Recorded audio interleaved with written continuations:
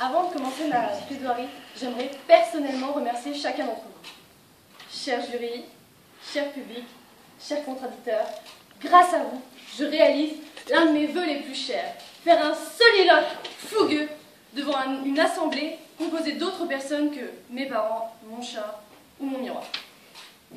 J'ai également une pensée particulière pour les membres de la DELI qui, grâce à leur sujet, dirons-nous, original, nous ont permis, ma partenaire et moi-même, de visiter le fabuleux deuxième étage de la bibliothèque.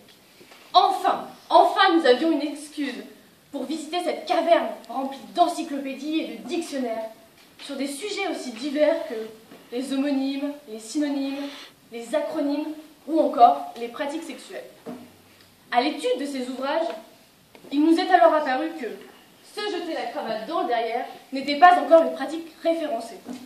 À l'inverse de la visodomie, la pratique sexuelle qui constitue à briser le cou d'un oiseau en le sodomisant, l'hirsutophilie, l'excitation sexuelle provoquée par la vue des poils des aisselles, la flatuphilie, l'attirance sexuelle provoquée par les flatulences, le sont déjà. Face à ce constat navrant, nous nous sommes auto-érigés porte-parole de cette pratique méconnue. Il vaut mieux s'en jeter une derrière la cravate que se jeter la cravate dans le derrière. C'est le parti qu'a tenté de démontrer notre contradicteur. Pourtant, après une étude approfondie et minutieuse du sujet, il nous est apparu comme une évidence qu'il vaut mieux se jeter la cravate dans le derrière que de s'en jeter une derrière la cravate. Je vous explique. Ce que prescrit mon contradicteur, derrière ce proverbe bien connu de tous, s'en jeter un derrière la cravate, ce n'est ni plus ni moins qu'un alcoolisme solitaire et destructeur. En effet, le sujet remplace l'article indéfini 1 par son équivalent une.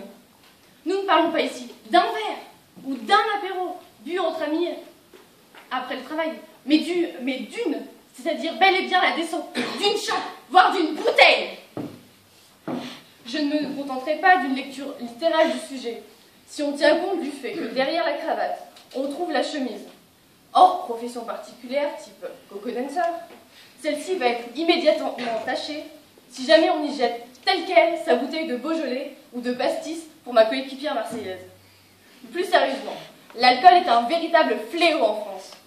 Cette maladie, progressive et irréversible, provoque amnésie, tremblement, dépendance, isolement, troubles du comportement, troubles de l'érection, prise de risques inconsidérés et sur le long terme, cirrhose, augmentation des risques de cancer, augmentation des risques de maladies cardiovasculaires, dégénérescence neuronale, malformation du fœtus, bref, que du sympathique. Pour ne pas nous rassurer, l'INSEP fournit chaque année les chiffres des conséquences liées à l'alcool. 20% des 18-75 ans sont des consommateurs réguliers. 10,5% de consommateurs réguliers chez les 17 ans. Un chiffre qui est en constante augmentation depuis 2005. Histoire d'alarmer les parents, grands frères et sœurs, cousins et autres oncles et tantes que nous sommes, plus d'un jeune sur 4 de 17 ans est en état d'ivresse de manière régulière. Parmi les adultes, on dénombre 3,8 millions de consommateurs à risque. Pour vous donner une petite idée, ça correspond à la population cumulée des villes de Paris, Lyon et Marseille. L'alcool est responsable de 33 000 décès chaque année et de 152 397 condamnations pour conduite en état d'ébriété. Et je n'évoque même pas les homicides ou les blessures involontaires. Sachez simplement que sur une même période, la part des accidents mortels dus à la consommation d'alcool, même dans les limites légales, est 13 fois supérieure aux accidents causés par le cannabis.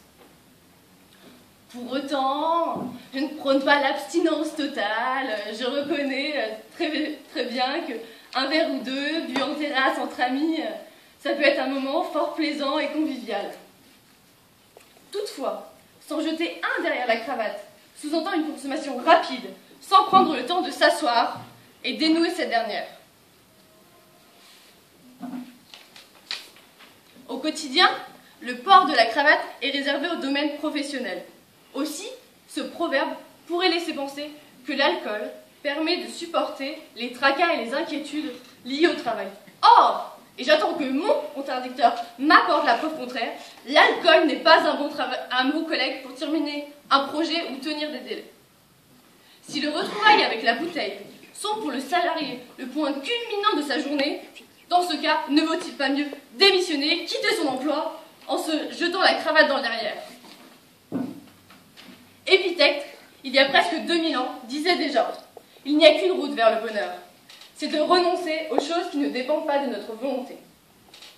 Renoncer à un travail qui nous asphyxie, renoncer à une addiction aux conséquences terribles pour des activités plus épanouissantes. » À ce titre, je propose une interprétation ludique du sujet.